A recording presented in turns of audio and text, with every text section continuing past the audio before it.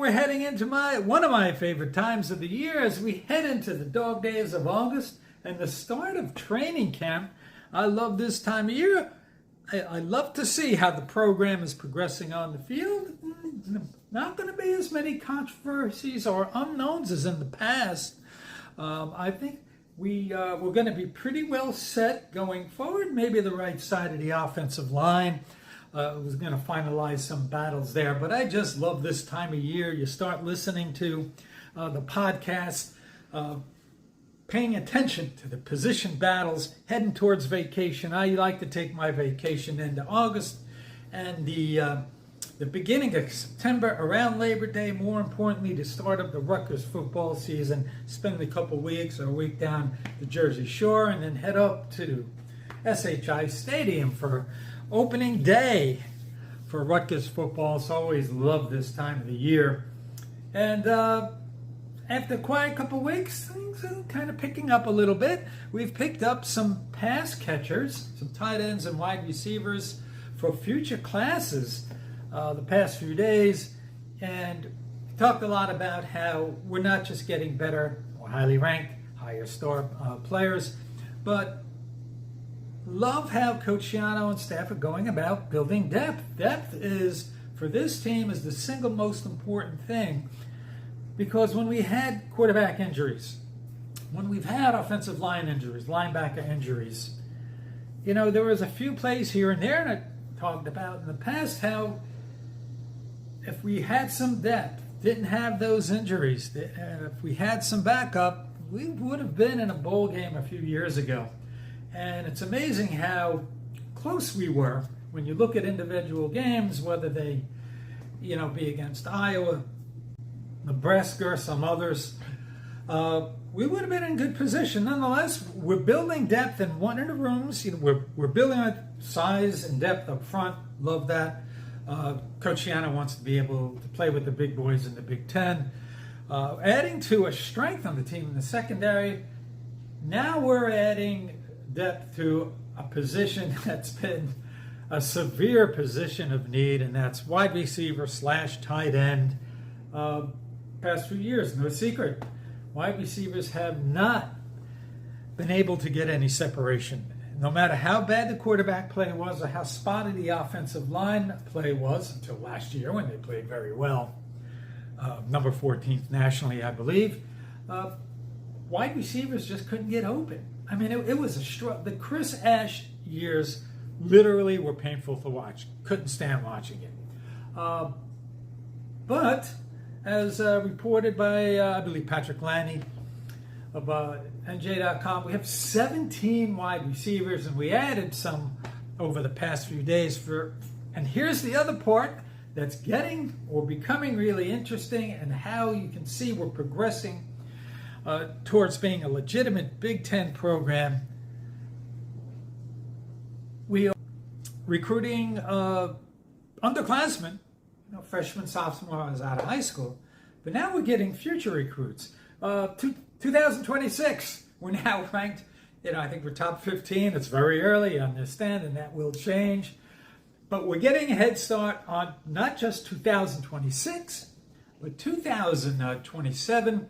Let's start off with a recent flipped commit from Kent State. And can't sleep on Kent State. I think it was Kent State, or was it Eastern Michigan a few years ago that maybe it was both. We lost the game against them that we should have won. But we flipped Kent State tight end Ben Rothar. He's out of Ohio, 6'5", 210 pounds. Versatile guy, played some defense. And when was the last time you saw a tight end that can return kicks? I kind of love that. You know, the mad scientist Greg Shiano is going to be able to plug guys in here and there. You know, tight end has been kind of a overlooked position of need. You know, we had Sean Bowman come in from Maine, and I thought he would be that pass-catching tight end to be able to make some plays for us. Didn't work out for him. He did get drafted, even though he only had like 4 catches for 24 yards last year, 3 of them in one game. And one of the guys that has kind of been a disappointment, but I'm looking forward to him kind of being a leader in the group this year, Matt Alamo. When I saw we got 4-star tight end, he was transferring out of UCLA. I thought that was going to be a positive.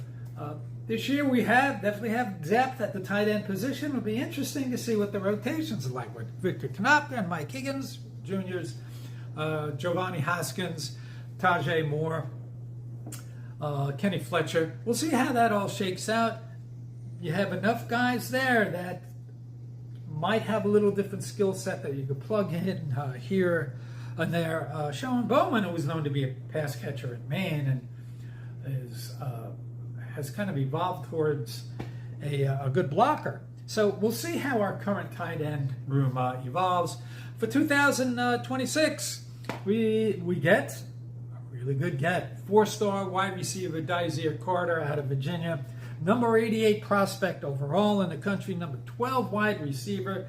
And the fact that Coach Shiano and staff are going after playmakers, wide receivers, guys that, to create some separation, make some plays, in addition to Dymere Miller, who hopefully we're able to fulfill that potential. He potentially can be huge for us this year.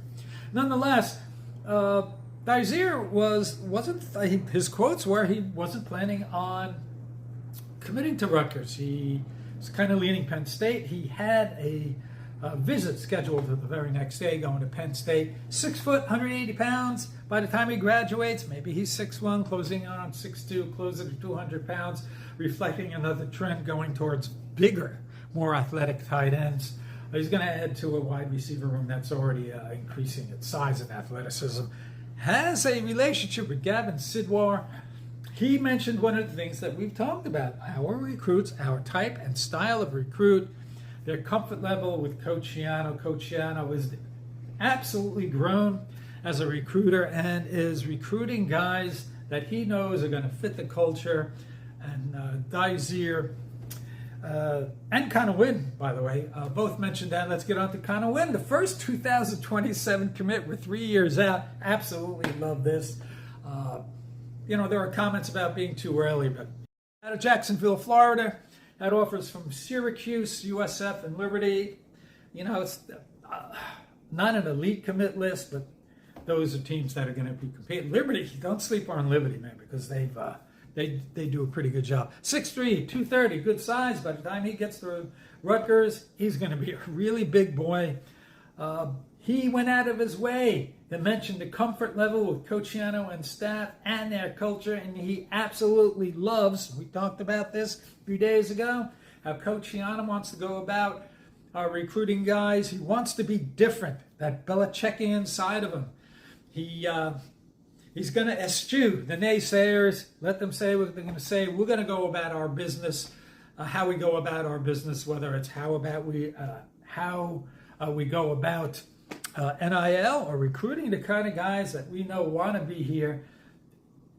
He also said, and these recruits kind of all saying, it feels like family because there is straight talk.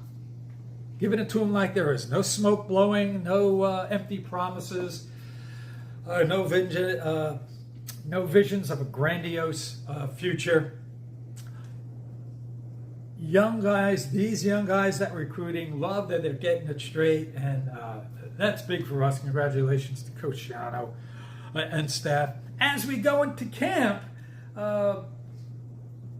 are going to be some important things that decide whether we're kind of a 7-5-ish, 8-4 team or double digits. On paper, I know a lot of podcasters have us penciled in for double digits because Michigan, Penn State, Ohio State, and Oregon aren't on the schedule. Our schedule, with the exception of the first couple games, these are good teams. These are really good teams. Washington, USC, UCLA, they all have talent. They've had good recruiting classes. It's going to be a matter of working those guys into the system and getting them to execute on the field. But maybe then they're not top 10 teams. But at the same time, these are talented teams that it's going to be a really good barometer for us If we could steal a couple games from among those teams, we're sitting pretty good. And once again, everybody thinks that Virginia Tech game is going to be a barometer. Fair enough. Drones wound up having a pretty good season. I think he had 16, 17 touchdowns as the quarterback of Virginia Tech, and 3 picks. Everybody is all over Virginia Tech stepping up to the next level, and maybe they do, but I think we're a step ahead a little bit, and we're at this point a little more talented. Should be a good game, and it will be in Blacksburg. But I feel Nebraska and Wisconsin are going to be tough. Yes, were they the old Wisconsin and Nebraska double-digit win teams? No, but they're going to be in their second year with new coaches and are ready to take the next step, as we are. It's going to be a tough battle. Now, one of the things that's going to be able to decide how far we go is obviously quarterback play from Ethan Kaliakmanis, and who's going to be the backup if he has to miss time. Will it be Johnny Shepard or A.J. Surace? You know, I've been an A.J. Surace guy from the beginning, just the way he kind of throw it, has a good arm. He can run a multifaceted offense that way, and has a good arm. But he doesn't quite seem ready. Even though Johnny Shepard, we saw him against Wagner, and he played very well, and I know it's Wagner, but he stepped in there right away and just looked comfortable, ran it. I think he completed three passes, 4 passes. Looked comfortable running the offense. He's probably going to be the backup. Wouldn't be surprised, though, if A.J. Surace has a really good camp, that there's some competition, and that might be a storyline. Who is going to be the backup quarterback? Might be a good opportunity to sort of redshirt A.J. and save him for the future to take over for Ethan. Nonetheless, will Ethan be able to up his completion percentage? People focused on, well, he was 53%, not much better than Gavin Wimsatt. But new coaches, lost a lot of players, new system, didn't quite work well. And I've watched tape of him, and he is going to be much better at hitting screen passes, hitting guys underneath. Yes, every once in a while he has a brain for it and misses a guy that's open out in the flat. Nonetheless, I think if he gets around 60% completion percentage, we're going to be in good shape. We need a guy to be able to move the sticks, get the first down. We must, and I don't know the numbers on this, but we had to lead the nation in 3rd and 4th and 1 and 2. And it's run the ball, run the ball, run the ball. Okay, what are we going to do on 4th down? Gavin Wimsatt run. Being able to move the sticks via the passing game and having some balance is going to be very key. And along with that, Ethan Kaliakmanis' ability to complete some passes in big spots, which quite frankly, we haven't been able to do. And Will Kyle, I don't want to quite say that we're going to have running back by committee, but I wouldn't also say that Kyle Monangai is going to have 1,500 yards rushing and lead the Big Ten again. We're going to have, will it be back up by committee? Will Sam get more touches? Second year, coming off an injury, he should be ready to go. And we have some depth at running back, so that's going to be interesting, and that might decide how we're going to game plan each game and what our balance looks like. Are we going to be mostly run with a little better passing game, 60-40? Are we going to be 50-50? We're confident about running or throwing it on 3rd and moderate or 3rd and long. We'll see how that shakes out. And an area that obviously we're going to need improvement on, and even though the defense was great, actually getting to the quarterback, we get lots of pressures, and Aaron Lewis is going to have to fulfill his potential and promise of actually getting to the quarterback. Along with Mohamed Toure and Tyree Powell, coming off injuries, are they going to be healthy? If those guys are healthy, this can be a scary defense. Now, Torrey led us in quarterback sacks last year with 4.5.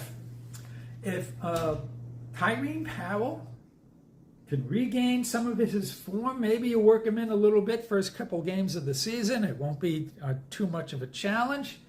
And he can build up momentum through the year, stay healthy, make plays, get to the quarterback, and be a game changer on defense. Now, there's a guy that might be a late first round pick in a first round for a long time. So,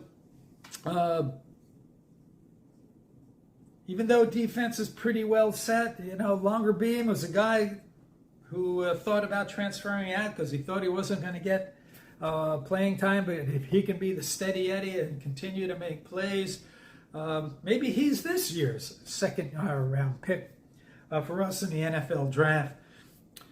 But getting back to the wide receivers and pass catches that we've landed in the past few days, the wide receiver room is going to have the best depth that we've had in a long time. Now, I don't think they're going to be able to take the next step until the next year or two, as those guys get to work into the system and become get more playing time, get more comfortable with what it is they have to do. But our new recruits, join a room with Dymere Miller, Christian Gemmel, who led us last year. 36 catches, 436 yards, receiving yards, and returning kicks. Steady Eddie, solid guy, is a guy that you can count on. Chris Long and Ian Strong, hopefully they have some, get over the injury bug and have pretty good, solid years. Naseem Brantley, hopefully that chip on his shoulder and anger over being kept out translates on the field, and he can be a guy to watch out for. He can be that guy to make some big plays. And with Ben Black and his shiftiness and flat-out speed, and KJ Duff, watch out for KJ Duff being that freshman guy who come in and catch you by surprise and make some plays and be a difference maker. Feeling better about overall depth, but especially depth at wide receiver, which probably has been just one of our worst position groups over the past several years. And we definitely take a step up. Do we have Kenny Britt-like production on this team? Maybe, maybe not. We'll see how that shakes out. The last bit of business is the offensive line, and proud of the offensive line. It was historically bad, like the Jets and Giants past several years. They stepped up big time last year. What did they give up? 14 sacks, top 11, 12, 13, 15 offensive line in the country. That's good stuff. Tyler Needham would be back. That'll probably decide how that right side of the line is going to fill out. That's going to actually be really interesting. You got Reggie Sutton, great story in and of itself. And the absolute best, the guy with the best dance moves on Rutgers, Shedrick Rhodes, out of Ohio. You would think he's going to be a plug and play, but maybe there's some kind of rotational magic that Coach Shiano and staff have going on to give these guys some rest, rotating them in, maybe at different positions. Kobe Asamoah also is going to be in the mix. So again, if a guy has to miss sometimes, you have guys that right away can fill in and do a pretty good job of it.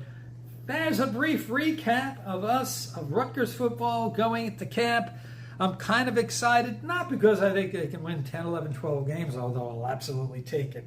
I just feel better about the talent and the depth of all the different position groups. So if we lose a guy, we don't have to say, oh my God, there goes the season. Enjoy your week. Let's look forward and get pumped up for the start of the season. Hopefully it won't be too hot for game one. Sometimes game one's a little heated sitting in that sun. From section 124. Nonetheless, have a great week, everybody, and we will see you